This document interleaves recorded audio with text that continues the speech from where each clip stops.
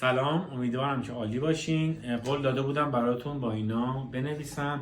اینم جاهاش هستش که میذارم توش. ببینین اینجوری قرار میگیره مثلا رو میز و حالا من اینو براتون مینویسم. اینا معروفن به قلم های هربین که میزنین توی جوهر و مینویسه براتون. میزنین تو جوهر و مینویسه.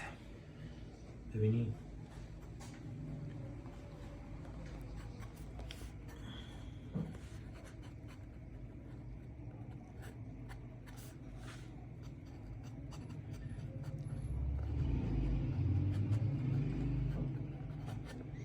اینم وقتی که میخواد تمیز بشه میره تو آب و یه چرخش تمیز میشه. دوباره یه جوهر دیگه انتخاب میکنین که بخواین بزنین و بنویسین و میذارین سر جاش.